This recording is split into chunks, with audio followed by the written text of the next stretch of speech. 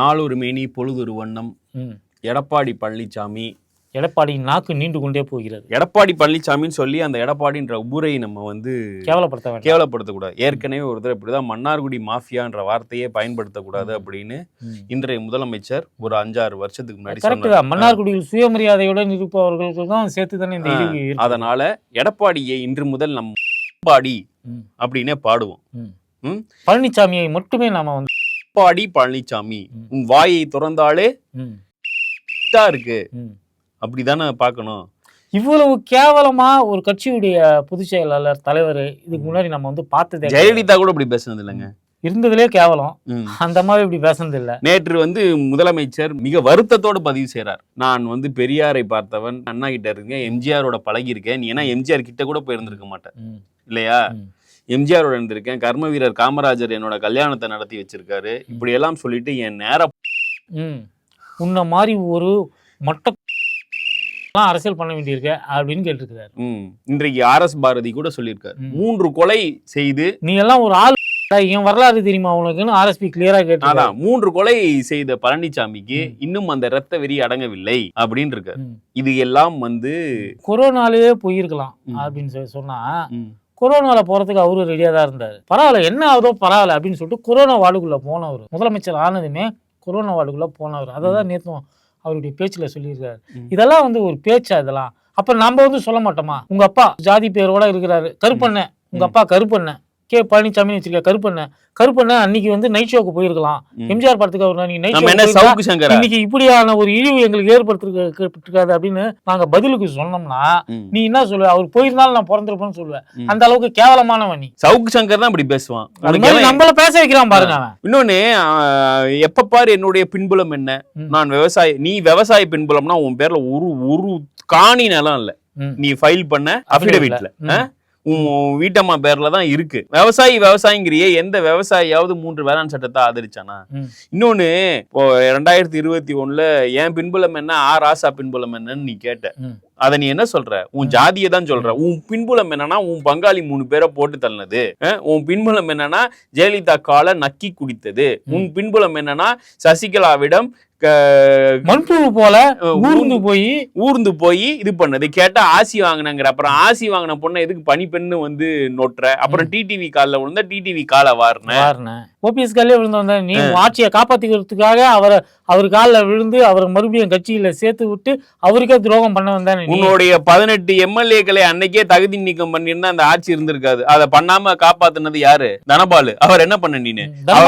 அவர் இன்னைக்கு வந்து பரிதாபமா இருக்குது. அவர் என்ன சொல்றாரு? நான் படுத்த படுக்கையா கிடக்குறேன், வந்து ஒருத்தன் கூட வந்து பாக்க எனக்கு சீட்டு கூட வேணாம், வந்து பாத்தியாரா நீ கேக்குறாரு. இப்படிப்பட்ட ஒரு இழிப்பிரவி நீ எல்லாம் மனுஷனா? நீ எப்படி போற? மூஞ்சிய மூடிட்டு போற. ஏதோ பிளைட்ல வந்து போகும்போது எல்லாருக்கும் தெரிஞ்சிடும் அப்படிங்கறதுனால இதுவா போற. இல்லன்னா நீ கல்ல பிளைட்ல கூட போகக்கூடிய அளவு ஒரு ஆள் தான் நீ. அதான் சொல்றேன். ஒரு மாநிலத்தை ஆண்ட உங்களுக்கே ஒரு இது இருக்குன்னா இந்த நாட்டையே ஆளக்கூடிய பிரதமருக்கு வந்து எவ்வளவு இருக்கும்? அவர் கூட நீ சண்டை கட்டுறன்னா என்ன ஜென்மங்க இதெல்லாம்? தீரன் சின்னமலை அவங்க ஊரு தானே. மாநில சுயாட்சினா ஏதாவது தெரியுமா? அதே கட்சி பேர்ல திராவிடம் இருக்கு. அந்த திராவிடம் நம்ம கட்சி பேர்ல இருக்குங்கிறதுக்காக கொஞ்சமாவது ஒரு மாநில உணர்வு உனக்கு இருக்குதா? மண்புழுவிடம் நாம் இதையெல்லாம் எதிர்பார்க்க முடியாது. மாநில உணர்வை பத்தி எல்லாம் மண்புழு கிட்ட எதிர்பார்க்க முடியாது. மாநில சுயாட்சியை பற்றி ஒரு மண்புழுவுக்கு என்ன தெரியும் அப்படின்னு நம்ம எடுத்துக்கிட்டு போக வேண்டியதுதான். இல்ல நீ என் எதிரிகள் தான் என்னை தீர்மானிக்கிறார்கள். உனக்கு யாரா எதிரி? உன்னை யாராவது எதிரியா கருதுறாங்களா? உன்னை வந்து இப்ப என்ன சொல்றது, இதெல்லாம் ஒரு ஜென்மமா அப்படின்னு நினைக்கிறாங்க. போய் ஒரு எதிரிங்கிறதுக்கு ஒரு தகுதி வேணும். இவன் பேசுற பேச்சையெல்லாம் கம்பைல் பண்ணிட்டு பப்ளிக் கிட்ட ஒப்பீனியன் கேட்போம், என்ன சொல்றாங்கன்னு கேட்போம். காரி மொழிவாங்க. நீ இவன் வந்து 2024 தேர்தல்ல 72 தொகுதியில 3வது இடம், சில இடங்கள்ல 4வது இடம். யாரு? எடப்பாடி பழனிசாமி. இப்ப வந்திருக்கிற புதுசா வந்திருக்க பார்லிமெண்ட் எலெக்ஷன்ல 7 தொகுதியில டெபாசிட் போயிருச்சு.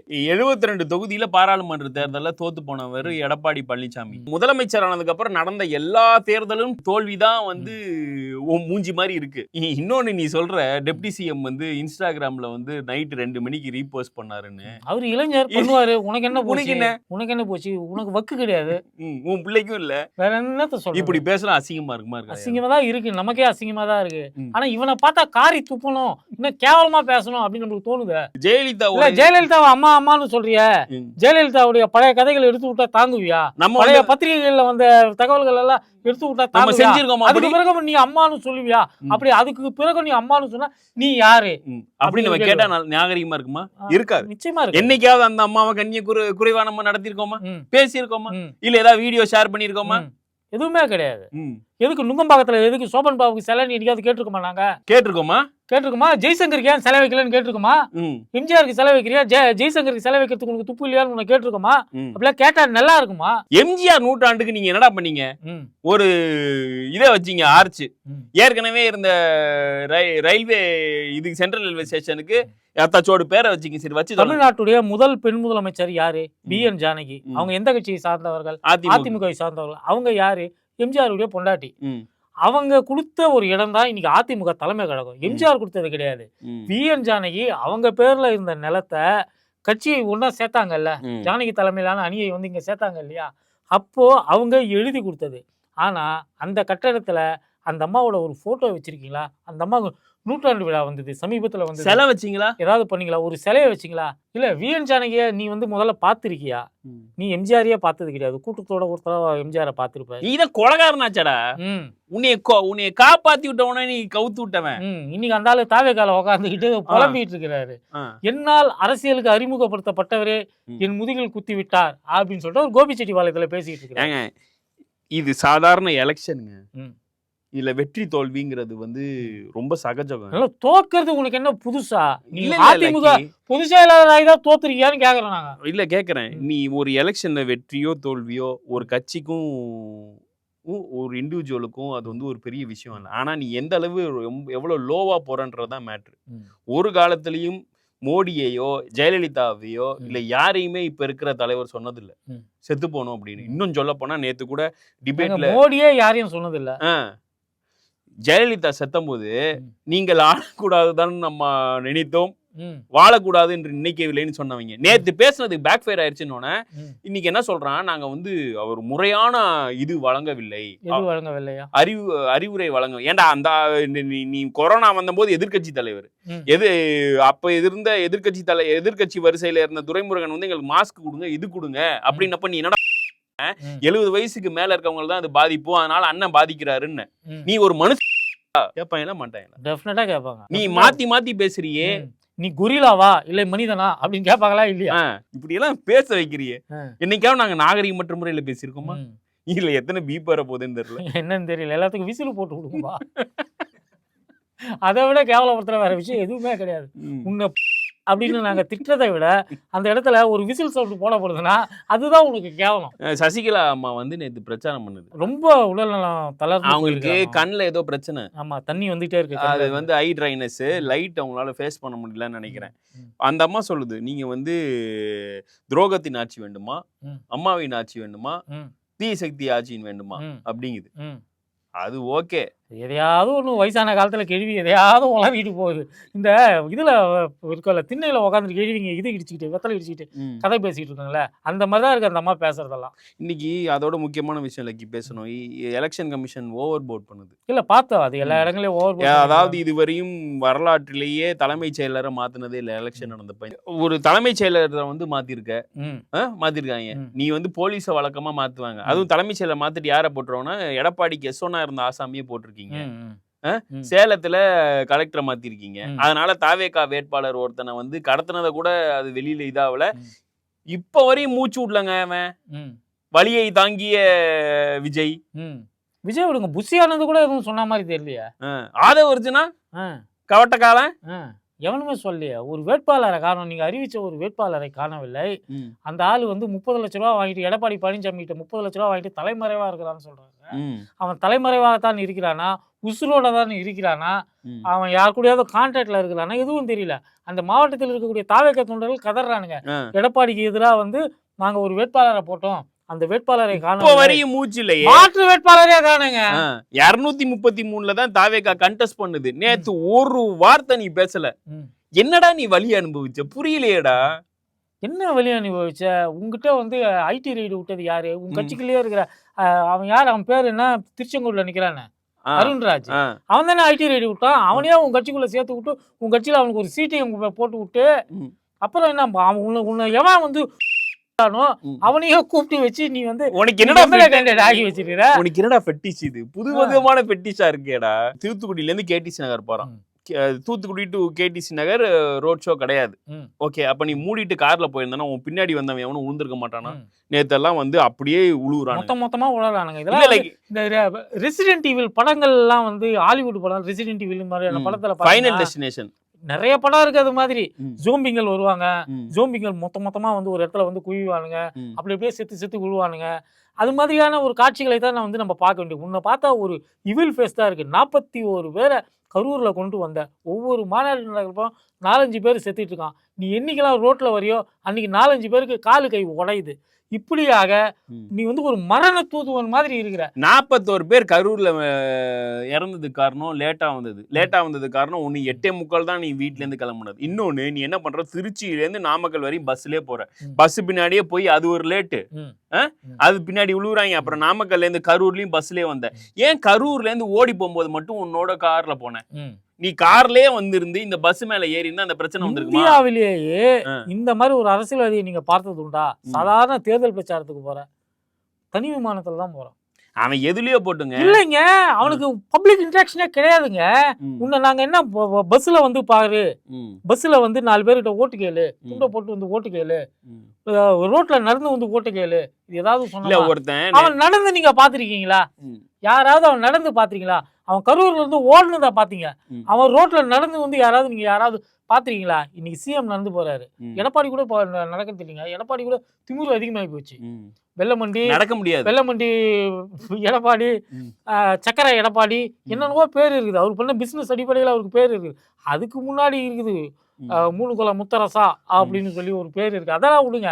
எடப்பாடி கூட இப்ப நடக்கிறது இல்லைங்க. விஜயை பார்த்து கெட்டு போயிட்டான். இந்த மாதிரி வந்து ஒவ்வொருத்தரும் இவனை பார்த்து கெட்டு போயிட்டாங்கன்னா இவன் எங்க போனாலும் தூத்துக்குடிக்கு போறான் தனி விமானத்துல போறான், மதுரைக்கு போறான் தனி விமானத்துல போறான், கொஞ்சம் விட்டா பனையூர்ல இருந்து ஏர்போர்ட்டுக்கு கூட ஹெலிகாப்டர்ல தான் போவோம் போல் இருக்குது. ஜெயலலிதா கூட இந்த சொகுசை பார்த்தது இல்லை. அந்த அம்மா வந்து அந்த அம்மாவுடைய கக்கூசே வந்து தங்கத்துல செய்யப்பட்டதுன்னு சொல்லிட்டு அந்த காலத்துல போட்டோலாம் எடுத்து போட்டாருங்க. அப்படியாப்பட்ட சொகுசாக வாழ்ந்த ஜெயலலிதா கூட இப்படி அநியாயம் பண்ணது கிடையாது. இல்ல நீ வரப்போற இடத்துக்கு கார்ல போயிட்டு வர, கூட்டத்துல மேடையில பேசுற, இல்ல அந்த பணம் வாங்கணும் பஸ்ல பேசுற, இப்படி போறப்போ உன் பின்னாடி எவனும் வர முடியாது. ஏதாவது சென்டிமெண்ட்டை விடுங்க, நம்பிக்கையெல்லாம் விடுங்க. யாராவது திரும்ப அந்த பஸ்ஸை பயன்படுத்துவாங்களா? பஸ்ல இலக்கி திருப்பி போற டெம்போல போறான். அது இன்னும் புதுசாவா? புது மரணம் வாங்கணுமா? அதுதான் நேத்து உழுவுறாங்க. இதுல மரண ஊர்தி அப்படின்னு ஒரு ஸ்டிக்கரை ஒட்டிடுங்கடா, பாக்குறவனுக்கு உஷாராயிரும். இல்ல ஒருத்தன் வந்து உன் பின்னாடி வந்து தஞ்சாவூர்ல செத்தான், நீ ஏதாவது இரங்கல் தெரிவிச்சா? போன வாரம் திருச்சி போனா ஆதவ அர்ஜுனாவோட காரை விட்டு ஒரு போலீஸ்காரன் திமுக ஆட்சி நடந்தது. இன்னைக்கு நடக்கிறது வந்து காபந்து அரசாங்கம், தேர்தல் கமிஷன் தான் இன்னைக்கு வந்து ஆட்சியை நடத்தி கொண்டிருக்கிறது. அப்படி இருக்கும்போது இன்னமும் திமுகவே பாண்டிச்சேரி போனல, பாண்டிச்சேரியில உன் பின்னாடி இது மாதிரி பைக்ல எல்லாம் வந்தானுங்களே, அங்க இருந்த போலீஸ் என்ன பண்ணிச்சு? சாவி பிடிங்கி தூக்கி அடிச்சுட்டானுங்க. அதே வேலையை எங்க தமிழ்நாடு போலீஸ் நியாயமாக செய்திருக்க வேண்டும். செய்திருந்தா அவன் வாயை என்ன பண்ணி நிற்பான்? என்னுடைய தொண்டர்கள் பைக் சாவியை பிடுங்கி பைக்கை திருடிய திமுகன்னு இருப்பான். ஏன்னா இவன் ஒரு இது நேத்து பேசும்போது சொல்றான், குடும்பத்தை பத்தி எல்லாம் நீ பேசலாமாடா? உன் குடும்ப லட்சணம் எப்படியாவது இருக்குது? உன் பொண்ணு எங்க இருக்கு? உன் பொண்டாட்டி எங்க இருக்கு? உன் பையன் எங்க இருக்கா? இவன் என்ன, உங்க அப்பா எங்க இருக்கிறாப்ல? உங்க அம்மா எங்க இருக்கிறாப்ல? இவன் என்ன சொல்றான், சங்கீதாவையே வந்து அவன் வீட்டு மனைவியே வந்து திமுக தான் வந்தாங்க. ஏன்டா நாங்க என்ன துரந்தர் படம் ப்ரொடியூசரா பண்றோம்? ஃபேமிலியை பத்தி மட்டும் பேசாத. எல்லாம் நாங்கெல்லாம் குடும்பம் குழந்தை குட்டின்னு ஒழுக்கமா வாழறவங்க. எங்க கிட்ட வந்து எப்படி வாழணும்னு சொல்லாது. பிரவீன் சக்கரவர்த்தி வந்து 2 நாளைக்கு முன்னாடி எங்களுக்கு வந்து என்னங்க மூஞ்சி அது? நமக்குன்னு இப்படியே வந்து வாய்க்கணுமா? நிர்மலா சீதாராமன் ஒரு பிரவீன் சக்கரவர்த்தி, இந்த மூஞ்சிங்கெல்லாம் பார்த்தாலே இதுக்கு சோழங்கர் எவ்வளவு மேல். இல்ல அவன் சொல்றான், எங்களுக்கு பெரிய விருந்து கொடுக்கறதா இருந்துச்சு, அதையெல்லாம் விட்டுட்டு நாங்க இப்படி சாப்பாட்டு கிடைச்சிக்கிறோம். ஏண்டா கொடுத்த சீட்லயே ஃபில் பண்றதுக்கு மேலூர்லயே என்ன கதை கிழிஞ்சதுன்னு தெரியும். இல்ல கூட்டணி கட்சிங்கிறதுனால நாங்க வந்து வாய் மூடி பேசாமல் இருக்கிறோங்கிற ஒரு காரணத்துக்காக எங்கள் எவ்வளவு நாள் ஏறி செய்வியா? விலவங்கோட்ல கேண்டிடேட் போட்டுறதுக்கு கேண்டிடேட்டுக்கு அப்ரூவல் கொடுக்காத எதிர்த்திருக்காங்க. எதிர்த்த பிஜேபியோ அதிமுகவோ இல்ல, அவன் கட்சிக்காரனே. வாய்ப்புன்னு என்ன வேணா பேசலாமா? அந்த அம்மா தாரகை கட்பி ஒழுங்கா தானே ஜெயிச்சது. அதை பிடிச்சி கிள்ளியூர்ல மாத்தி அதை பிடிச்சி மாத்தி விட்ட. இப்படி எல்லாம் பண்ணா எப்படிடா உங்களை சுமந்துக்கிட்டு நாங்க வந்து பல்லக்குன்னு நினைச்சுட்டு இருந்தோம். இது பார்த்தா வேற எதுவோ போல இருக்குது. 4 பேர் சேர்ந்து எடுத்துட்டு போற மாதிரி இருக்குது. எல்லாத்துக்கும் மே 4ஆம் தேதிக்கு பிறகு எல்லாரும் வந்து பேசுவோம். அவ்வளவுதான் சொல்ல முடியும். இதே வார்த்தையை தான் எஸ்ஜி சூர்யா சொல்லியிருக்கிறாரு. எஸ்ஜி சூர்யா அங்க ஒரு பெரிய இது நடக்குது. நாம தான் காங்கிரஸ் வச்சுட்டு படாத பாடு படுறோம்னு பார்த்தா அதிமுக பிஜேபியை வச்சுக்கிட்டு படுற பாடு இருக்குதே. நம்மளாவது வாய் இருக்குதுன்னு பேசிடுறோம், அவங்களால பேசக்கூட முடியல. பாவம் பூமி ஜனங்கள். மயிலாப்பூர்ல அந்த அம்மாவை வந்து தமிழிசை வந்து நின்றுட்டு இருக்காங்க. தமிழிசை வந்து அதாவது 10 தோல்வி பழனிசாமி, படுதோல்வி பழனிசாமி நம்ம சொல்ற மாதிரியான ஒரு ரெக்கார்டு யாருக்கு இருக்கு தமிழ்நாட்டில்னு பார்த்தீங்கன்னா இந்த அம்மா தமிழிசை சவுந்தரராஜனுக்கு தான் இருக்குது. எனக்கு நினைவு தெரிஞ்ச நாள்ல இருந்து இந்த அம்மாவும் எலெக்ஷன்ல நின்றுட்டு தான் இருக்குது. ஒரு எலெக்ஷன்ல ஜெயிச்ச மாதிரி தெரியல. ஆனா எலெக்ஷன் வந்துட்டா எங்கேயோ இருந்து ஓடி வந்து இல்ல. எனக்கு தெரிஞ்சு அடுத்த தடவை கவுன்சில் எலெக்ஷன் நடக்கும்ல, இங்க 8 மாமி ஜெயிச்சிருக்குல்ல, அந்த இடத்துல போய் நிக்கும் பாருங்க. 8 மாமிக்கு இருக்கக்கூடிய ஒரு வாப்பையும் இந்த அம்மா வந்து குறைக்க போறாங்க. இந்த அம்மா வந்து ஏமா நீ தான் எலெக்ஷனுக்கு வேலைக்கு ஆக மாட்டேன்னு சொல்லிட்டு கவர்னரை அனுப்பிச்சு விட்டாங்கல்ல. அதுக்கப்புறம் கவர்னர் பதவியை ரிசைன் பண்ணிட்டு வந்தோம், எலெக்ஷன்ல நிக்குது. இங்க யாரெல்லாம் எலெக்ஷன்ல நிக்கலாம்னு நினைச்சாங்களோ அவங்களாம் சீட்டு கிடையாதுன்றாப்ல. அண்ணாமலைக்கு நாம அனுப்பிச்சு விட்டாப்ல. அஸ்வத்தாமன் ஒரு கை இருக்கும்ல, ஒரு பீஸ் ஒன்று இருக்கும்ல, திருவண்ணாமலையில கொடுக்குறோன்னு சொல்லிட்டு ஏமாத்தி விட்டானுங்க. நம்ம வேளச்சேரியில வந்து எஸ்ஜி சூர்யா வேளச்சேரி ஏடிஎம்கேக்கு போயிடுச்சு. சரி மயிலாப்பூர் அவன் ஏற்பாடு பண்ணி வச்சிருந்தால, மாற்று ஏற்பாடு பண்ணி வச்சிருந்தால, வேளச்சேரியில அங்க எங்க போயிட்டு அன்னதானம் பண்றேன், இது பண்றேன், அது பண்றேன்னு கொஞ்சம் ஃபிலிம் காமிச்சிட்டு இருந்தாப்ல. ஒருவேளை வேளச்சேரி ஏடிஎம்கே போயிடுச்சுன்னா என்ன பண்ணுன்னு சொல்லிட்டு மயிலாப்பூர்ல அவன் மாற்று ஏற்பாடு பண்ணியிருந்தான். மயிலாப்பூர்ல பொண்ணு எடுத்திருந்தான். நம்ம மாமனார் ஊரு, நம்மளுக்கு ஓட்டு போடுவாங்க அப்படின்னு இருந்தான். அந்த இடத்துல இந்த அம்மா போய் நின்றுக்கிட்டுமே அவனுடைய ஆதரவாளர்கள் வந்து ட்விட்டர்ல வந்து இந்த அம்மாவை திட்டுறாங்க. நேத்து இந்தியன் எக்ஸ்பிரஸ்லயோ எதுலயோ இந்த ஒரு பிரதான கட்சியும் அவங்களுக்கு வாய்ப்பு கொடுக்கல. இவங்களுக்கு அவளுக்கு வாய்ப்பு கொடுக்கல அப்படின்னு சொல்றாங்க. இல்லைங்க, நான் சிம்பிளா சொல்றேன். 2021 ஒரு எம்எல்ஏ கூட இல்ல அப்படின்னு சொன்னாங்க. 2024 கேண்டிடேட் எம்பி கேண்டிடேட் கிடையாது. அதுக்கு முன்னாடி சட்டமன்றங்கள்ல ஏதோ ஒருத்தர் 2 பேர் ஏதோ எச் ராஜாவை கூட சிவகங்கையில போடாம இந்த இப்ப ஒரு கேஸ்ல வாங்கினானே, ஊழல் கேஸ்ல தேவநாதனா, அவனை போட்டாங்க. அந்த மாதிரியான ஒரு நிலை. பிஜேபியே உங்களை மதிக்கிறது இல்லையே தமிழ்நாட்டு மக்கள். தேவநாதன் யாரு? தேவநாதன் எங்க இருந்து அத்தனை 100 கோடிகளை அள்ளி கொண்டு போனான்? அது யாருடைய பணம்? மயிலாப்பூர்ல இருக்கிறவங்கள தாங்க பண்ணியிருக்கிறாப்ல. எஸ்வி சேகர் சொல்றாப்ல, எல்லாருமே சொல்றாங்க. மயிலாப்பூர்ல இருக்கக்கூடிய மாமா மாமிகளுடைய ஓய்வூதிய பணத்தை எல்லாம் எடுத்துக்கொண்டு ஒருத்தன் ஓடிட்டான். அவனை வந்து பாஜக வந்து கேண்டிடேட்டா போடுதுன்னா இந்த பாஜக யாருக்கான கட்சின்னு அவங்க கேட்டுட்டு இருக்கிறாங்க. நம்ம தான் நினைச்சிட்டு இருக்கோம் பாஜகங்கிறது மாமா மாமிகளுடைய கட்சின்னு நாம நினைச்சிட்டு இருக்கோம். பார்த்தா மாமா மாமிகளே அவர்களை எதிர்க்கக்கூடிய ஒரு சூழல் இருக்குது. என்ன சொல்றாங்க, இது வந்து ஒரு ஜினோசைட் மாதிரி. படிக்கலாம் கஷ்டமா தான் இருக்கு. என்ன பண்றது? ரொம்ப சிம்பிளா சொல்ற, நீங்க எந்த நிலத்தில் வாழுகிறீர்களோ அந்த நிலத்துக்கு ஏற்ப வாழுங்கள். இதுதான் ரொம்ப சிம்பிள். அதான் அண்ணா கிட்ட கேள்வி, ரோம்ல இருந்தா ரோமனா இருந்துட்டு அண்ணா கிட்ட கேள்வி கேட்டாங்க. என்ன கேட்டாங்க? நீங்க ஏன் திராவிடர் முன்னேற்ற கழகம்னு வைக்காம திராவிட முன்னேற்ற கழகம்னு வச்சுங்க. இனிமேல் இது லேண்ட் ஸ்பேஸ் பேஸ் பண்ணி தான் நான் கொண்டு போக முடியும். அப்படின்னா இங்க பார்ப்பனர்கள் வாழலாமா? எங்களுடைய கொள்கைகளை ஏற்றுக்கொண்டு யார் வேண்டுமானாலும் வாழலாம். ஏன் அழகு கடை சேட்டுங்க நல்லா அழகு தமிழ்ல பேர் வச்சு பிசினஸ் பண்ணிட்டு இருக்கிறானுங்களா? அவங்க இங்க வந்து நாங்க இதுன்னு சொல்லிக்கிறானுங்களா? அவங்க இந்த மக்களோடு மக்களாக கலந்து வாழவில்லையா? எலக்ட்ரிக்கல் பிசினஸ் ஃபுல்லா இன்னைக்கு அவங்க கிட்ட தான் இருக்குது. அவங்க கிட்ட போய் சேடு, அப்புறமா காசு கொடுக்குறேன்னு சொன்னா கொடுக்குறானா இல்லையா? பொருள் கொடுக்குறானா இல்லையா? ஏன் உங்ககிட்ட அந்த இது இல்லை? இவ்வளவு ஆண்டுகளாக 2000 வருஷமா நாங்களும் இங்கே தான் இருக்கிறோம் அப்படின்னு சொல்கிற. ராஜராஜ சோழன் கோயில் கட்டினப்போ அந்த கோயிலுக்குள்ள முதல்ல புகுந்து யாகம் நடத்துனது நாங்கள் தான் அப்படின்னு சொல்கிற. இவ்வளவு ஆண்டுகளாக நீ இங்கே இருந்தும் தமிழ் மக்கள் அவர்களுடைய பிரச்சனைகளை பேசும்போது அதிலிருந்து ஒட்டாமல் வெளியில் போய் நின்று அவங்களை கிண்டல் பண்ணுற. எங்களுக்கு ஹிந்தி வராதுடா, எங்களுக்கு ஹிந்தி வேணாண்டா, 2 லாங்குவேஜ் படிச்சுக்கிறோம் அப்படின்னு அவங்க சொல்கிறப்போ அவங்கள முதல்ல கிண்டல் பண்ணுறது பார்ப்பாங்க. எங்களுக்கு ஜல்லிக்கட்டு வேணும், நாங்கள் பல ஆண்டுகளாக பல 100 ஆண்டுகளாக நாங்கள் ஜல்லிக்கட்டு விளையாடிக்கிட்டு இருக்கிறோம். ஜல்லிக்கட்டுங்கிறது ஒரு விளையாட்டு. எல்லா ஊர்லையும் மெக்சிகோலலாம் வந்து மாடுகளை வச்சு விளையாடுறாங்க, விளையாட்டு இது. அதாவது ஜல்லிக்கட்டு போட்டியில வெற்றி பெறவனுக்கு வந்து ஊக்கத்தொகையை அதிகரிப்பாங்கன்னு கேட்டிருப்பீங்க. மடப்பாடி இருக்காருல, அவர் வந்துட்டு ஜல்லிக்கட்டுல சாவரனுக்கு 10 என்ன வாக்குறுதி இது? ஜல்லிக்கட்டுல எவனும் சாகக்கூடாதுன்னு எஸ்ஓபி போட்டிருக்கு இந்த அரசாங்கம். சாகுறது கம்மியாகணும், அதுபடி குறைஞ்சிருக்கு, அடிபடுறது எல்லாம் குறைஞ்சிருக்கு. அவன் வாக்குறுதி கொடுத்துருக்கானே, ஜல்லிக்கட்டுல செத்து போனீங்கன்னா காசு கொடுக்கணும் வாக்குறுதி. ஆமா, 10 லட்சம் தருவேன். என்ன திமிரு இருக்கணும் அவனுக்கு. நீ போய் புடி, நீ போய் புடிய, மாட புடிய, மிதுன போய் பிடிக்க சொல்லு, மாட புடிய.